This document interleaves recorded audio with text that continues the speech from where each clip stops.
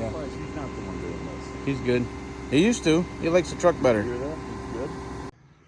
All right, we're in beautiful Indian River, Michigan. This is Burt Lake, little canal.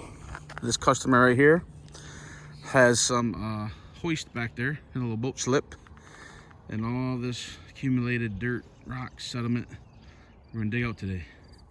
Like always, turbidity curtain will go in. We're just gonna run it from this seawall over to that. Looks like a fence post or signpost, I guess. Put that on both ends and we're gonna get rocking. One section in.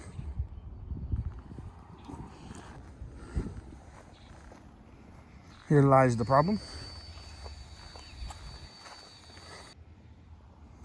No good for boat parking.